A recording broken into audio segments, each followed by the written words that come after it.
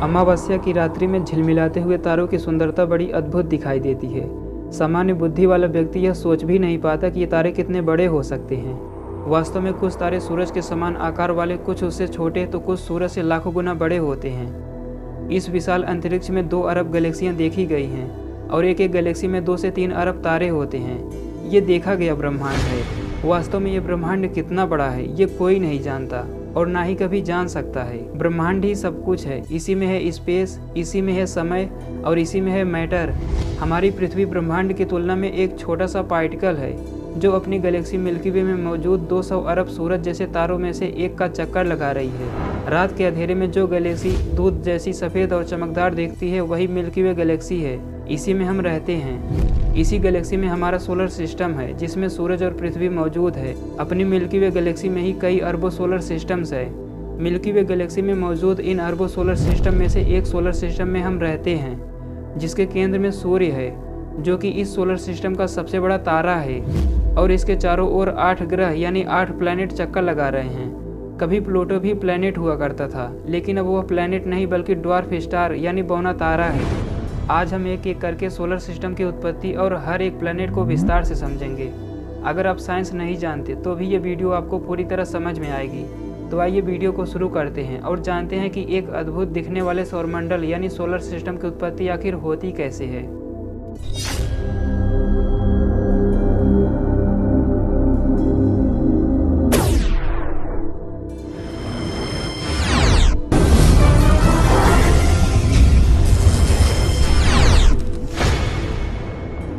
किसी भी solar system की उत्पत्ति तब होती है जब इनिशियल स्टेट प्रकृति मैटर के वाइब्रेशन से रश्मियाँ बनती हैं, उनसे पार्टिकल्स बनते हैं। पार्टिकल्स और वेव से गैस और धूल के बादल बनते हैं। फिर सुपरनोवा एक्सप्लोजन की वजह से जब गैस के बादल धीरे धीरे खत्म होने लगे तब उसने सोलर नेबुला का रूप ले लिया और ग्रेविटी की वजह से नेबुला कोलैप्स हुआ तो ये एक डिस्क में या कहें कि एक केंद्र में बदल गया। मटेरियल के इस केंद्र में लाइट और हीट की मात्रा शुरू में कम होती है लेकिन न्यूक्लियर फिजन यानी न्यूक्लियर संलयन की क्रिया से हीट और लाइट इकट्ठा होने लगते हैं। हाइड्रोजन आपस में मिलकर हीलियम का निर्माण करना शुरू कर दिया। इसमें बहुत ज़्यादा एनर्जी रिलीज हुई और इसी से सूरज का जन्म हुआ। एक्सप्लोजन के बाद बचे मैटर भी जगह जगह आपस में मिलकर planet, dwarf star, asteroid, moons, comets और मेटेरॉइड्स बनाने शुरू करती है। इसी तरह से किसी भी सोलर सिस्टम का निर्माण होता है। हमारे सौर मंडल का फॉर्मेशन भी कुछ ऐसे ही हुआ जिसमें सूरज के अलावा चंद्रमा, पृथ्वी, मंगल आदि ग्रह, उपग्रह और भी चीजें बनी। सूरज हमारे सौरमंडल का केंद्र है। हमारा सूरज मिल्की वे गैलेक्सी के चारों ओर चक्कर लगाता है। सोलर सिस्टम में मौजूद 8 प्लैनेट हमेशा एक फिक्स्ड ऑर्डर में ही रहते हैं। सूरज के सबसे नज़दीक मरकरी यानी बुध ग्रह, फिर वीनस यानी शुक्र ग्रह, उसके बाद अर्थ यानी हमारी पृथ्वी और फिर मार्स प्लैनेट मंगल ग्रह आता है। उसके बाद एस्टेरॉयड बेल्ट आता है। उसके बाद फिर जुपिटर यानी बृहस्पति ग्रह आता है और फिर सैटर्न शनि ग्रह आता है। उसके बाद यूरेनस आता है, अरुण जिसे कहते हैं, और उसके बाद लास्ट में जो अंतिम प्लैनेट 8वां है वो है नेपच्यून, वरुण ग्रह इसे कहते हैं। तो सोलर सिस्टम में मौजूद 8 प्लैनेट हमेशा एक फिक्स्ड ऑर्डर में ही रहते हैं। तो क्या इन 8 प्लैनेट्स के फिक्स्ड होने का कोई कारण है? बिल्कुल, इन प्लैनेट्स के फिक्स्ड होने का कारण है इनकी बनावट, इनका शेप, इनका स्ट्रक्चर, इनका साइज। जैसे सूरज के नज़दीकी प्लैनेट रॉकी प्लैनेट हैं, ये चट्टानों से बने हैं। इन प्लैनेट्स की सरफेस सॉलिड है और जैसे जैसे सूरज से दूर जाते हैं एस्टेरॉयड बेल्ट के बाद आउटर रीजन के प्लैनेट आइस से, लिक्विड से या फिर गैसों से बने हैं, जिसमें गैस से बना प्लैनेट जुपिटर और सैटर्न है और आइस से यानी बर्फ से बना प्लैनेट यूरेनस और नेपच्यून है। एस्टेरॉयड बेल्ट के बाद आउटर रीजन में जो भी प्लैनेट्स है उनमें रिंग मौजूद है। जैसे सैटर्न यानी शनि ग्रह की रिंग आपने देखी होगी। जो एस्टेरॉयड बेल्ट है वो मार्स और जुपिटर के बीच स्थित है। इन सभी प्लैनेट्स का साइज भी अलग अलग होता है। इन 8 प्लैनेट्स को अगर साइज के क्रम से जाने तो जो सबसे बड़ा प्लैनेट है वो जुपिटर है, फिर सैटर्न, उसके बाद यूरेनस, फिर नेपच्यून प्लैनेट, उसके बाद अर्थ जिस पर आप रहते हैं, फिर वीनस, उसके बाद मार्स और सबसे लास्ट में मरकरी प्लैनेट है। तो आपने देखा नेबुला से कैसे स्टार प्लैनेट्स आदि का जन्म होता है। अब आइए इन स्टार प्लैनेट्स की एक एक करके स्टडी करते हैं। सोलर सिस्टम के केंद्र में सबसे पहले जो आता है वो है सूर्य, जो कि रात के आसमान में दिखने वाले तारों की तरह ये भी एक तारा है जिसका अपना खुद का प्रकाश है। अपने मिल्की वे गैलेक्सी में ऐसे कम से कम 100 अरब तारे मौजूद होंगे। इन्हीं सब सूरज की वजह से पृथ्वी जैसे ग्रह पर जीवन संभव हो पाता है। इसी की वजह से प्लैनेट पर अलग अलग मौसम और ऋतुएं पाई जाती हैं। सूरज गैस से बना एक दहकता हुआ गोला है जो कि सफ़ेद रंग का है। एटमॉस्फेयर की वजह से पीला और लाल दिखाई देता है। ये सूर्य इतना बड़ा है, इसका अंदाज़ा कुछ ऐसे लगाया जा सकता है कि इसमें लाखों पृथ्वियाँ समा सकती हैं। इसका डायामीटर यानी इसका व्यास पृथ्वी के व्यास से 109 गुना ज़्यादा है। सूर्य के केंद्रीय भाग की त्रिज्या 1,50,545 किलोमीटर है। पृथ्वी के सरफेस से जहां आप बैठे हैं यहां से सूरज के सरफेस की दूरी 15 करोड़ किलोमीटर है और पृथ्वी के सरफेस से सूरज के केंद्र की दूरी 15,06,96,000 किलोमीटर है। पूरे सोलर सिस्टम के द्रव्यमान का 99.8% केवल इस सूर्य में ही समाया हुआ है। सूर्य की वजह से ही सभी प्लैनेट अपने अपने ऑर्बिट में रुके हुए हैं। सूरज हर सेकंड 600 मिलियन टन यानी 60 करोड़ टन हाइड्रोजन को हीलियम में संलयित करता है और इसका कोर टेम्परेचर लगभग 1.5 करोड़ डिग्री सेंटीग्रेड है। सूर्य की परिक्रमा करने वाले 8 प्लैनेट में से सूरज के नज़दीक जो प्लैनेट है वो है मरकरी यानी बुध ग्रह। बुध ग्रह इस सोलर सिस्टम का सबसे छोटा प्लैनेट है। इसका साइज चंद्रमा से बस थोड़ा ही बड़ा है। इसकी सरफेस सॉलिड है। सूरज से इसकी दूरी 5.8 करोड़ किलोमीटर है। सूरज के सबसे नज़दीक होने के बावजूद भी ये प्लैनेट सबसे गर्म प्लैनेट नहीं है, क्योंकि इस प्लैनेट का कोई एटमॉस्फेयर ही नहीं है जो हीट को पकड़कर इसके सरफेस को गर्म रख सके। इसलिए जितनी हीट सूरज से मरकरी पर आती है वो स्पेस में चली जाती है। इसका कलर ग्रे है। बुध ग्रह का अपना कोई चंद्रमा नहीं है। पृथ्वी की तुलना में ये प्लैनेट धीरे घूमता है, इसीलिए इसका एक दिन बड़ा छोटा है। इस प्लैनेट को अपने एक्सिस पर एक चक्कर पूरा करने में 59 अर्थ डेज लगते हैं, जबकि सूरज के सबसे नज़दीक होने की वजह से इसका एक साल बहुत जल्दी आ जाता है। क्योंकि सूरज के नज़दीक होने से सूरज की परिक्रमा में लगने वाला समय बहुत ही कम होता है। 88 अर्थ डेज में बुध ग्रह सूरज का एक चक्कर लगा लेता है। बुध ग्रह पर हर दिन सूरज दिखाई नहीं देता, क्योंकि यहाँ 180 अर्थ डेज में एक बार सूर्य उगता है। इस ग्रह पर दिन का टेम्परेचर 430 डिग्री सेंटीग्रेड तक पहुँच जाता है, तो रात का -180 डिग्री सेंटीग्रेड तक। सूरज की तरफ से आगे बढ़े तो मरकरी यानी बुध ग्रह के बाद जो अगला इनर प्लैनेट आता है वो है वीनस यानी शुक्र ग्रह। सूर्य के सबसे नज़दीक न होने के बावजूद वीनस सबसे गर्म प्लैनेट है, क्योंकि इसके पास अपना एटमॉस्फेयर है जो कार्बन डाइऑक्साइड से भरा है, और शुक्र ग्रह पर जो बादल है वो सल्फ्यूरिक एसिड से बने हैं। इसी गैस की वजह से ये सबसे गर्म प्लैनेट है। इसका टेम्परेचर 465 डिग्री सेंटीग्रेड रहता है। सूर्य से वीनस की दूरी 10.8 करोड़ किलोमीटर है।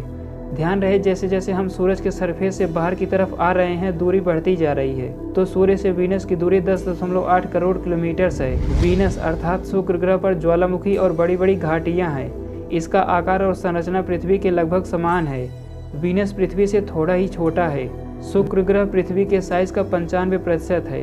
शुक्र ग्रह को आप रात के आसमान में चंद्रमा के थोड़ा ऊपर बिना टेलीस्कोप के देख सकते हैं। यह प्लैनेट पृथ्वी के विपरीत दिशा में घूमता है, मतलब पृथ्वी और दूसरे ग्रह जिस दिशा में रोटेट करते हैं वीनस उसके विपरीत रास्ते में चलता है। इसका रोटेशन बहुत धीरे होता है, इसीलिए अपनी एक्सिस पर एक चक्कर पूरा करने में इसे 243 अर्थ डेज लग जाते हैं। बुध ग्रह के बाद ये दूसरा प्लैनेट है जो सूरज के नज़दीक है, इसीलिए सूरज का चक्कर लगाने में 225 अर्थ डेज लगते हैं इसे। या कहें कि वीनस यानी शुक्र ग्रह का एक साल 225 दिन में आ जाता है। हमारे पृथ्वी पर रोज़ सूरज उगता है और अस्त होता है 24 घंटे में, लेकिन वीनस पर 117 दिन में एक बार सूरज उगता है। ये ग्रह पृथ्वी के अपोजिट डायरेक्शन में रोटेट करता है, इसलिए ये मान सकते हैं कि यहाँ का सूरज पश्चिम में उगता है और पूरब में अस्त होता है। शुक्र ग्रह के पास भी अपना कोई चंद्रमा नहीं है। इसकी भी सरफेस सॉलिड है। वीनस के बाद इनर प्लैनेट में आती है हमारी पृथ्वी, जिस पर हम रहते हैं। यह एक ओशियन प्लैनेट है। इसके सरफेस का 70 से 75% भाग जल से घिरा है और इसके एटमॉस्फेयर ने इस प्लैनेट को इतना गर्म बनाए रखा जिससे इसके ऊपर जीवन बना हुआ है। ये अपने सोलर सिस्टम का 5वां बड़ा प्लैनेट है। इस प्लैनेट पर एक दिन लगभग 24 घंटे का होता है, क्योंकि पृथ्वी को अपनी एक्सिस पर एक चक्कर पूरा करने में 24 घंटे का समय लगता है, जबकि सूर्य के चारों तरफ एक चक्कर पूरा करने में पृथ्वी को 365 दिन 6 घंटे का समय लगता है। इसी को आपकी भाषा में एक साल कहते हैं। सूरज से पृथ्वी का एवरेज डिस्टेंस 15 करोड़ किलोमीटर है। हमारे पृथ्वी का अपना एक चंद्रमा है जिसे आप जानते ही होंगे। सूरज के सबसे नज़दीक बुध ग्रह जिसका कोई चंद्रमा नहीं है। दूसरे नंबर पर शुक्र ग्रह है। वीनस, इसका भी कोई चंद्रमा नहीं है। अब यहाँ पर जितने भी प्लैनेट्स आगे आएंगे उनका अपना अपना खुद का चंद्रमा होगा। जैसे पृथ्वी का एक चंद्रमा है। चंद्रमा ही पृथ्वी को संतुलित बनाए हुए है। हमारा चंद्रमा सोलर सिस्टम का 5वां सबसे बड़ा चंद्रमा है। इस चंद्रमा की उपस्थिति पृथ्वी को डगमगाने से रोके हुए है। ये भी आप जानते ही हैं कि पृथ्वी पर समुद्र में आने वाले तूफानों की वजह भी चंद्रमा का ग्रेविटेशनल फोर्स ही है। सोलर सिस्टम के बाहर की तरफ आए तो पृथ्वी के बाद अब जो चौथा प्लैनेट आता है वो है मार्स यानी मंगल ग्रह, जिस पर भारत सहित दुनिया के समस्त देश पहुंच चुके हैं उस पर लाइफ बसाने का स्वप्न लेकर। मंगल ग्रह लाल कलर का है, देखने से लगता है कि ये बहुत ज़्यादा गर्म होगा, लेकिन ये प्लैनेट एक ठंडी रेत है। सूरज से इसकी दूरी 228 मिलियन किलोमीटर्स यानी 22.8 करोड़ किलोमीटर्स है। यह प्लैनेट पृथ्वी के साइज का लगभग आधा है यानी 53%। पृथ्वी की तरह इस प्लैनेट पर भी ऋतुएं हैं, ज्वालामुखी है, मौसम है और घाटियां भी हैं। इसके एटमॉस्फेयर में कार्बन डाइऑक्साइड, नाइट्रोजन और आर्गन के अलावा कुछ मात्रा में ऑक्सीजन और जलवाष्प भी है। मंगल ग्रह पर पानी तो है लेकिन वो बर्फ के रूप में है। अगर इस प्लैनेट पर आप रहने लगे तो देखेंगे कि इसका एक दिन पृथ्वी के एक दिन के लगभग बराबर ही होगा, 24.6 घंटे, जो कि पृथ्वी के एक दिन से थोड़ा ज़्यादा है। लेकिन इस प्लैनेट का एक साल 687 अर्थ डेज में पूरा होता है, जो कि पृथ्वी के एक साल से दोगुना है। पृथ्वी के पास एक चंद्रमा है लेकिन मंगल ग्रह के पास 2 चंद्रमा है। तो सूरज की तरफ से देखें तो ये 4 प्लैनेट क्रम से हैं, बुध ग्रह, शुक्र ग्रह, फिर पृथ्वी और उसके बाद मंगल ग्रह। अब मंगल ग्रह के बाद एक एस्टेरॉयड बेल्ट आती है जो मंगल ग्रह सहित 4 प्लैनेट को इस तरफ और आगे के 4 प्लैनेट को दूसरी तरफ डिवाइड करती है। सूरज से एस्टेरॉयड बेल्ट के बीच के प्लैनेट इनर प्लैनेट और एस्टेरॉयड बेल्ट के बाद के प्लैनेट आउटर प्लैनेट कहे जाते हैं। इस एस्टेरॉयड बेल्ट में, जो कि एक डिस्क के आकार की है, इस एस्टेरॉयड बेल्ट में अरबों की संख्या में एस्टेरॉयड मौजूद हैं जो रॉक्स और मेटल से बने हैं। यहीं से एस्टेरॉयड कॉमेट्स चलते हैं जो पृथ्वी पर आकर गिरते हैं। अगर रोज पृथ्वी पर गिरने वाले एस्टेरॉयड को इकट्ठा कर लिया जाए तो करीब 5 ट्रक के बराबर होगा। इनमें से ज़्यादातर एस्टेरॉयड का आकार डस्ट पार्टिकल्स जितना बड़ा होता है, तो कुछ का आकार हजारों किलोमीटर्स तक होता है। इस एस्टेरॉयड बेल्ट में एक ड्वार्फ प्लैनेट यानी बौना तारा सेरिस भी है। एस्टेरॉयड बेल्ट में जितने भी ऑब्जेक्ट दिख रहे हैं या फिर दिखते हैं वे जरूरी नहीं है कि पास पास हों। इनके बीच की दूरी इतनी हो सकती है कि अगर आप इनमें से किसी एक एस्टेरॉयड पर खड़े हो जाए तो दूसरा एस्टेरॉयड आपको आसानी से नहीं दिखाई देगा। इस एस्टेरॉयड बेल्ट का निर्माण तभी हुआ जब प्लैनेट बन रहे थे, जो शुरू में मैंने बताया था। जब डस्ट और रॉक्स भी मिलकर प्लैनेट नहीं बना पाए तो उसने इस एस्टेरॉयड बेल्ट का आकार ले लिया। अब तक आपने देखा कि सोलर सिस्टम के केंद्र में सूरज, फिर सूरज के सबसे नज़दीक मरकरी, उसके बाद वीनस, उसके बाद अपनी पृथ्वी और पृथ्वी के बाद मंगल ग्रह था, और उसके बाद एक एस्टेरॉयड बेल्ट आती है जिसमें अरबों की संख्या में एस्टेरॉयड मौजूद हैं। अब इस एस्टेरॉयड बेल्ट के बाद सोलर सिस्टम का आउटर रीजन शुरू हो जाता है। अब हम एस्टेरॉयड बेल्ट के बाहर जा रहे हैं। एस्टेरॉयड बेल्ट के बाद अगला प्लैनेट आता है, वो है जुपिटर यानी बृहस्पति ग्रह। ये प्लैनेट सोलर सिस्टम के 8 प्लैनेट में सबसे बड़ा प्लैनेट है। अब तक मंगल ग्रह तक सॉलिड सरफेस था प्लैनेट का, लेकिन अब हम सूरज के काफ़ी दूर आ चुके हैं। इसीलिए जुपिटर यानी बृहस्पति ग्रह का सरफेस बहुत सॉलिड नहीं है, ये गैस से बना है जिसमें ज़्यादा मात्रा में हाइड्रोजन और हीलियम भी है। वैसे तो ये गैस से बना प्लैनेट है, लेकिन इसके सेंटर में सॉलिड कोर हो सकती है। इस प्लैनेट के चारों ओर रिंग्स हैं, लेकिन ये रिंग्स इतना क्लियर नहीं है कि आसानी से देखा जा सके। ये प्लैनेट लाल, भूरे, पीले और सफ़ेद बादलों से घिरा होता है, जो कि आप देख पा रहे हैं। ये बादल अमोनिया और जल से बने हैं, जो कि हाइड्रोजन हीलियम के एटमॉस्फेयर में तैरते रहते हैं। ये जो धारियां दिख रही हैं वे बादल ही हैं। इस प्लैनेट पर सोलर सिस्टम का सबसे बड़ा ओशियन है जो लिक्विड हाइड्रोजन से बना है। सूरज से इसकी औसत दूरी 77.8 करोड़ किलोमीटर्स है। ये बहुत बड़ा प्लैनेट है। ये प्लैनेट पृथ्वी के आकार का 1120% है। अगर पृथ्वी को एक मटर का दाना माने तो जुपिटर एक फुटबॉल हो सकता है। जुपिटर पर एक दिन केवल 10 घंटे का ही होता है, लेकिन एक साल 11.8 अर्थ ईयर्स का होता है। सीधे सीधे कहूँ तो पृथ्वी पर 11 साल और जुपिटर का एक साल बराबर होता है। आपने सुना होगा कि बृहस्पति ग्रह पर एक बहुत बड़ा रेड स्पॉट मौजूद है, जो कि एक तूफान है। ये तूफान हमारी पृथ्वी से भी बड़ा है और सैकड़ों सालों से जुपिटर पर चल रहा है।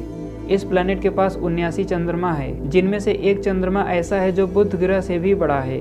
ये चंद्रमा एक ऐसा चंद्रमा है जिसके पास अपना खुद का मैग्नेटिक फील्ड है। जुपिटर के बाद बारी आती है सैटर्न यानी शनि ग्रह की, जो कि सोलर सिस्टम का दूसरा बड़ा प्लैनेट है। जुपिटर के बाद सैटर्न गैस से बना एक प्लैनेट है जो कि पानी पर भी तैर सकता है, क्योंकि गैस का घनत्व पानी से कम होता है। शनि ग्रह के पास 7 रिंग्स है जो कि इसे खास बनाती है। ये रिंग्स बर्फ और चट्टानों से बनी है। जैसे आप पृथ्वी पर खड़े हो सकते हैं, वैसे सैटर्न पर आप नहीं खड़े हो सकते, क्योंकि ये गैस से बना है। ये प्लैनेट भी हाइड्रोजन और हीलियम से बना है। सूर्य से शनि ग्रह की दूरी देखें तो करीब 140 करोड़ किलोमीटर्स है। इस प्लैनेट पर एक दिन 10.7 घंटे में पूरा होता है, जबकि एक साल 29 अर्थ डेज के बराबर होता है। पृथ्वी का 29 साल शनि ग्रह के 1 साल के बराबर है। जैसे पृथ्वी के पास एक चंद्रमा है, बृहस्पति के पास 79 चंद्रमाएँ हैं, ठीक वैसे ही शनि ग्रह के पास 82 चंद्रमा है, जिसमें एक चंद्रमा टाइटन भी है। ये भी बुध ग्रह से थोड़ा बड़ा है। टाइटन पर भी नदियाँ, झील और समुद्र है। सैटर्न यानी शनि ग्रह के बाद बारी आती है यूरेनस की, जिसे अरुण ग्रह कहते हैं, जो कि आउटर प्लैनेट में तीसरा प्लैनेट है और 8 प्लैनेट में तीसरा सबसे बड़ा प्लैनेट भी यही है। पाश्चात्य वैज्ञानिकों के लिए यूरेनस पहला प्लैनेट था जिसे आज के टेलीस्कोप से देखा गया था, क्योंकि बाकी के 5 प्लैनेट तो बिना टेलीस्कोप के आसानी से देखे जा सकते थे, जिनमें है मरकरी यानी बुध ग्रह, वीनस यानी शुक्र ग्रह, मंगल ग्रह, जुपिटर यानी बृहस्पति ग्रह और सैटर्न अर्थात शनि ग्रह। इनको गर्मी के दिनों साफ आसमान में देखा जा सकता है। यूरेनस एक चट्टान से बना है जिसके ऊपर पानी, मीथेन और अमोनिया है। इसका भी एटमॉस्फेयर हाइड्रोजन और हीलियम से बना है। मीथेन गैस की वजह से इस प्लेनेट का रंग नीला दिखाई देता है। सूरज से इसकी औसत दूरी 290 करोड़ किलोमीटर है। सूरज के पास के 4 प्लैनेट सॉलिड थे, फिर एस्टेरॉयड बेल्ट के बाद 2 प्लैनेट गैसीय अवस्था वाले थे। फिर अब यूरेनस सूरज से काफ़ी दूर होने की वजह से एक बर्फीला प्लैनेट है जो कि बर्फ से बना है। इसका साइज पृथ्वी के साइज का 400% है। एस्टेरॉयड बेल्ट के बाहर जितने भी 4 प्लैनेट्स आते हैं सब में रिंग्स हैं। यूरेनस पर भी रिंग है, 13 रिंग्स। इसका बाहरी रिंग ब्राइट कलर का होता है, इसीलिए आसानी से ये दिखाई देता है। वीनस यानी शुक्र ग्रह की तरह यूरेनस भी अपोजिट डायरेक्शन में रोटेट करता है। यूरेनस का एक दिन 17 घंटे 14 मिनट का होता है, लेकिन इसका 1 साल अपनी पृथ्वी के 84 साल के बराबर होता है, क्योंकि इसकी सूरज से दूरी 290 करोड़ किलोमीटर है। बर्फ से बने इस प्लैनेट पर भी आप नहीं रह सकते, क्योंकि इसका कोई सरफेस ही नहीं है। इस प्लैनेट के भी 27 चंद्रमा है। यूरेनस यानी अरुण के बाद बारी आती है नेपच्यून अर्थात वरुण ग्रह की, जो कि सूर्य से अंतिम और 8वां प्लैनेट है। ये प्लैनेट भी आइस बर्फ से बना है। यहाँ पर चलने वाली हवाएं 2160 किलोमीटर पर आवर की स्पीड से चलती हैं। इस प्लैनेट पर अर्थ के साइज का एक सॉलिड सेंटर है, जिस पर पानी, अमोनिया और मीथेन के कुहरे हैं।